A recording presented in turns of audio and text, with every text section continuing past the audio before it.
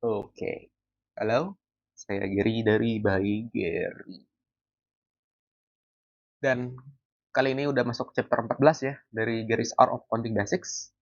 Kita langsung aja mulai. Judul chapternya adalah basis sakral dan basis kas.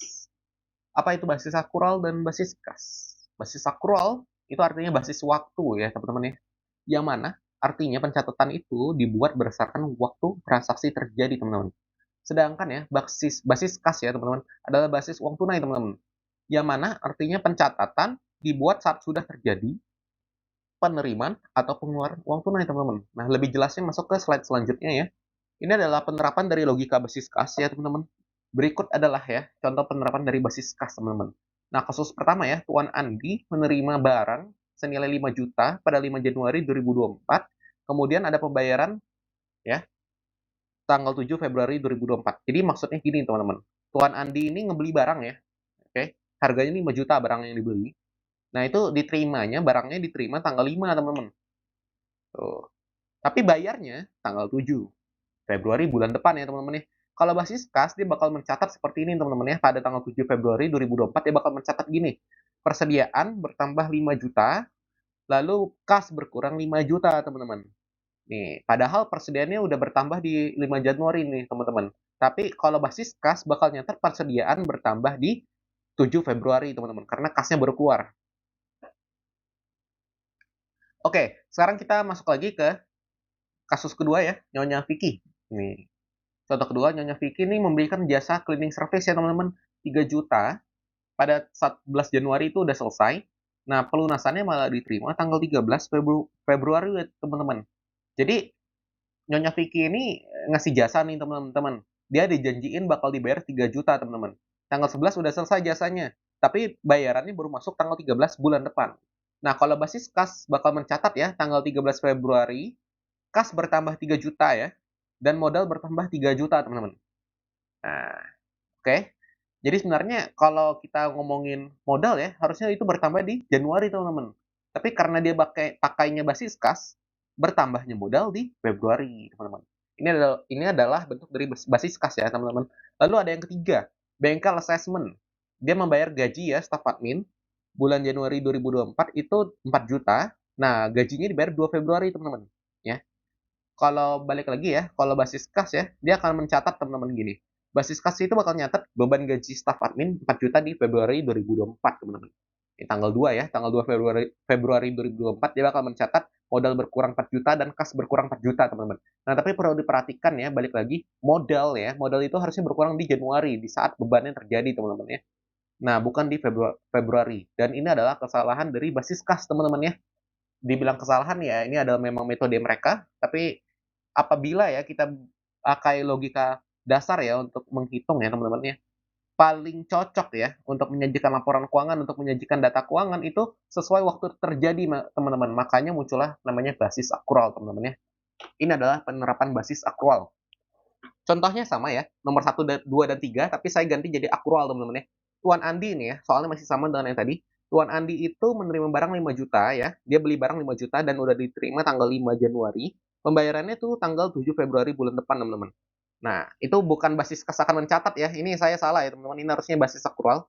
Basis akrual ya akan mencatat ya. Basis akrual akan mencatat pembelian barang 5 juta ya pada 5 Januari 2024 ya. Persediaan bertambah 5 juta, utang usaha bertambah 5 juta, teman-teman. Jadi ada muncul namanya utang, teman-teman. Ini liabilitas ya. Ini aset ya, persediaan ya. Aset bertambah 5 juta, liabilitas bertambah 5 juta. Nah, basis akrual ya akan mencatat pembayaran utang senilai 5 juta di 7 Februari, teman-teman ya. Jadi basis akrual bakal mencatat utang nih berkurang 5 juta dan kas berkurang 5 juta di 7 Februari 2024, teman-teman. Nah, ini perbedaannya ya dengan basis kas ya. Kalau basis kas tadi, persediaan itu bertambah ya. Persediaan ini bertambah di tanggal 7 Februari ya, teman-teman. Padahal kan harusnya persediaan udah nambah di 5 Januari, teman-teman. Dan kita berhutang loh, karena kita belum bayar kan di tanggal 5 Januari. Nah, kalau basis kas kan nggak bisa nyatat begitu. Ini adalah keunggulan dari basis akural ya, teman-teman ya. Kita masuk lagi ya ke contoh kedua ya dari basis sakral. Ini sama soalnya dengan yang basis sekas tadi nomor 2. Nyonya Vicky itu memberikan jasa cleaning service ya 3 juta teman-teman tanggal 11 Januari itu udah selesai. Nah, kalau basis sakral dia bakal mencatat ya namanya pendapatan ya 3 juta itu bertambah di 11 Januari teman-teman di sini. Modal bertambah 3 juta ya dalam bentuk pendapatan. Kemudian piutang ya teman-teman. Piutang ini adalah saat orang hutang dengan kita, berarti kita yang memberikan pinjaman teman-teman. Piutang bertambah 3 juta ya teman-teman, sesuai ya, karena dia udah memberikan jasa, udah memperoleh pendapatan ya, tapi uangnya belum diterima, berarti piutang teman-teman ya. Karena orang ngutang dengan kita. Nah, sekarang muncul di tanggal 13 Februari ya, basis aktual itu bakal mencatat ya penerimaan kas 3 juta teman-teman.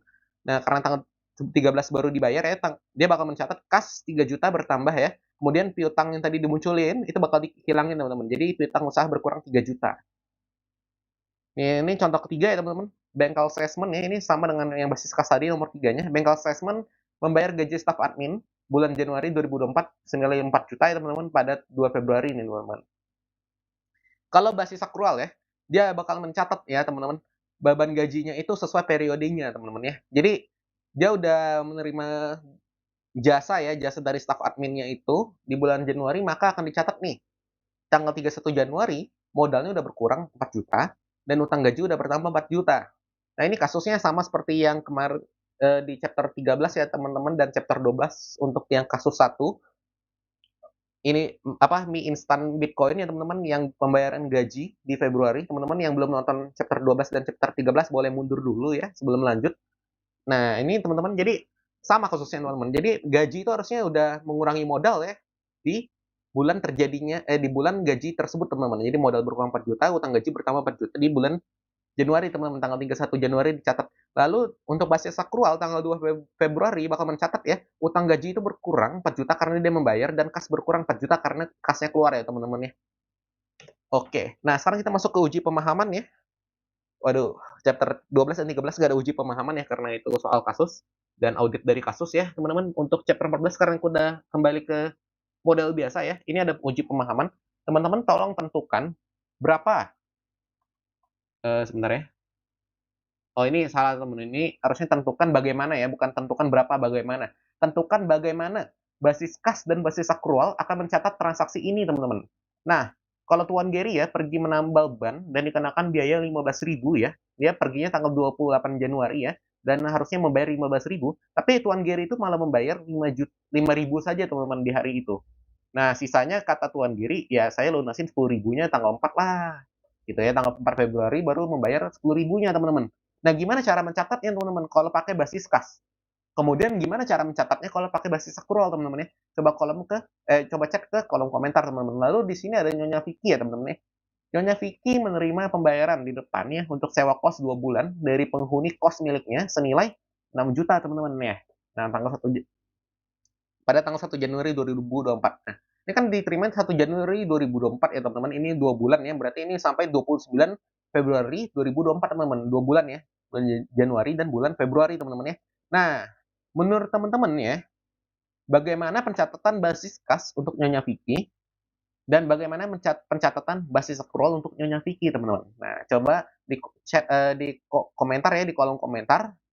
Nah, ditinggalkan jawabannya di sana, nanti akan saya periksa ya teman-teman. Apabila benar, maka akan saya tanggapi dan mengatakan benar. Dan apabila menurut saya salah, saya akan menanggapi dan mengatakan bahwa ini salah. Saya akan memberikan mengapa menurut saya ini salah, dan saya memberikan jawaban yang benar seharusnya apa ya teman-teman ya. Sekian, terima kasih, dan ini adalah akhir dari chapter 14, basis akural dan basis kas. Sampai jumpa lagi di chapter 15 ya teman-teman. Besok akan diupload. Terima kasih.